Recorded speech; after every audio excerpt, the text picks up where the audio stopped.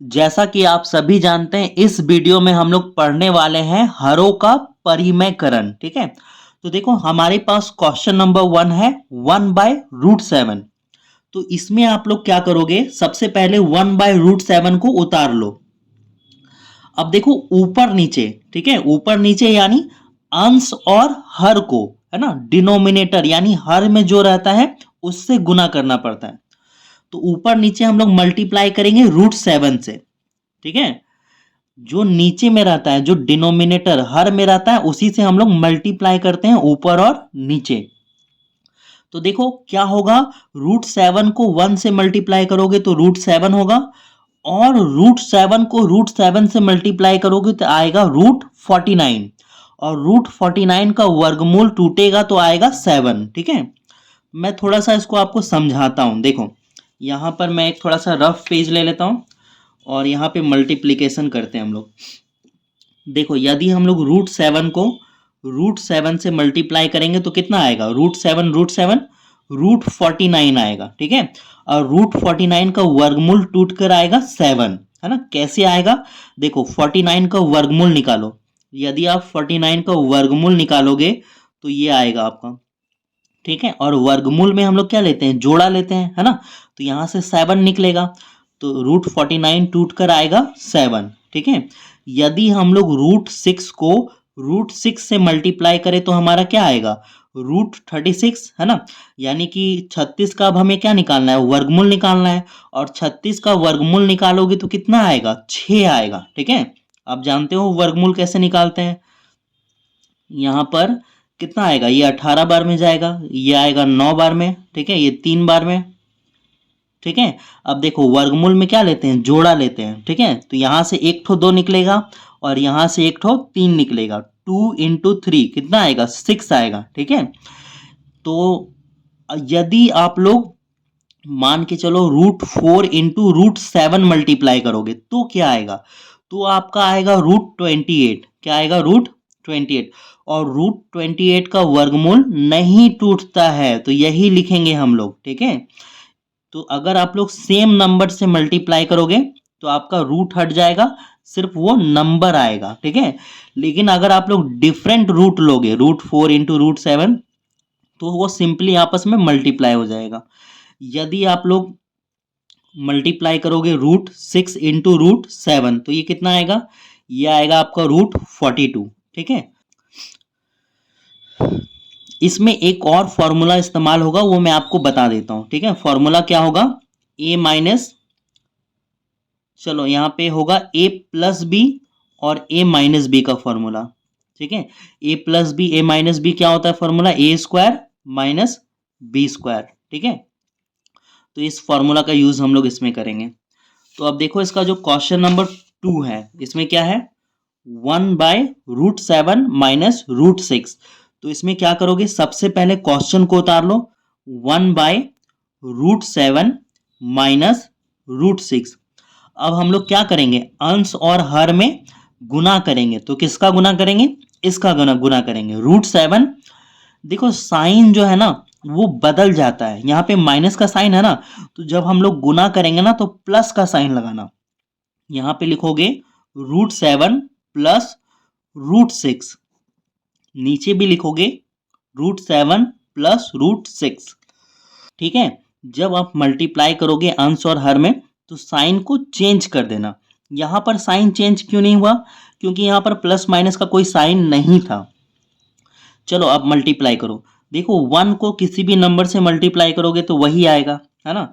तो आप यहाँ पे लिखोगे √7 + √6 बाय, अब देखो इन दोनों को मल्टीप्लाई करोगे तो क्या होगा, ये देखो a-b a+b है। ठीक है, ये फॉर्मूला में बन रहा है a-b a+b।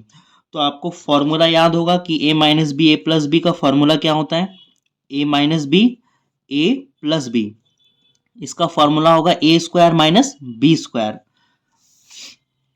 तो आप लोग क्या लिखोगे, देखो a² यानी कि √7 का स्क्वायर माइनस b²। b कौन होगा, ये होगा, यही है ना, a - b, ये a है और ये b है। तो a² हमने लिख लिया, अब हम लोग लिखेंगे b²। तो बी स्क्वायर होगा √6 का स्क्वायर। अब देखो ऊपर में जो है वो तो वैसे ही उतर जाएगा, है ना, √7 प्लस √6। अब जो नीचे में है देखो, स्क्वायर और रूट एक दूसरे को कैंसिल कर देता है, ठीक है, स्क्वायर और रूट एक दूसरे को कैंसिल कर देता है। तो आप लिखोगे 7 माइनस 6, ठीक है।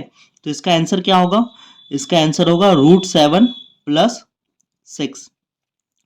7 में 6 घटाओगे क्या बचेगा, 1 बचेगा, ठीक है।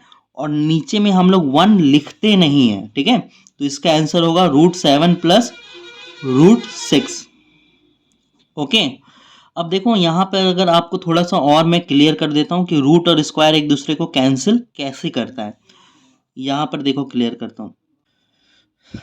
देखो क्या होता है कि आप √7 का स्क्वायर है ना, तो आप क्या करोगे, आप करोगे √7 इंटू √7, 2 बार मल्टीप्लाई करोगे और ये कितना आएगा, √49 आएगा, है ना। और 49 का वर्गमूल टूटता है, मैंने आपको पहले बताया, और ये कितना आएगा, 7 आएगा, ठीक है। देखो हमने यहाँ पर क्या लिखा था, 7 लिखा था। तो इतना सारा प्रोसेस करने के बजाय मैंने आपको क्या बताया कि स्क्वायर और रूट एक दूसरे को कैंसिल कर देता है ना। आप डायरेक्ट 7 लिखोगे, स्क्वायर रूट कैंसिल हो जाएगा, डायरेक्ट आप 6 लिखोगे, ठीक है। तो ये हमारा रफ वर्क था थोड़ा सा समझाने के लिए। अब है हमारे पास 3 नंबर। तो सबसे पहले क्या करोगे, क्वेश्चन उतार दोगे एज इट इज। तो हमारे पास है 1/√5 प्लस √2, मल्टीप्लाई करोगे, है ना। और क्या करोगे, साइन चेंज करके मल्टीप्लाई करोगे, यहाँ प्लस है ना, तो ऊपर नीचे क्या करोगे, माइनस कर दोगे। फिर यहाँ पे क्या लिखोगे, √5 माइनस √2। अब किसी भी नंबर को 1 से मल्टीप्लाई करोगे तो वही आएगा, क्या आएगा, √5 माइनस √2। ये फिर से फॉर्मूला हो गया, a plus B a minus B, ठीक है। ये आगे पीछे रह सकता है, a प्लस बी और a माइनस बी आगे पीछे रह सकता है। तो फॉर्मूला क्या होता है, a square minus B square. ये a है और ये b है, तो ये होगा a square minus B square.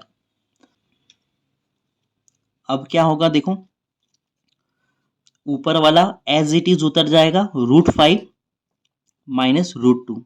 और मैंने आपको क्या बता रखा है कि स्क्वायर और रूट एक दूसरे को कैंसिल कर देता है, ठीक है।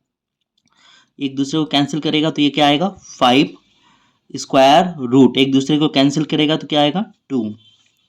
ऊपर वाला एज इट इज उतर जाएगा, √5 माइनस √2।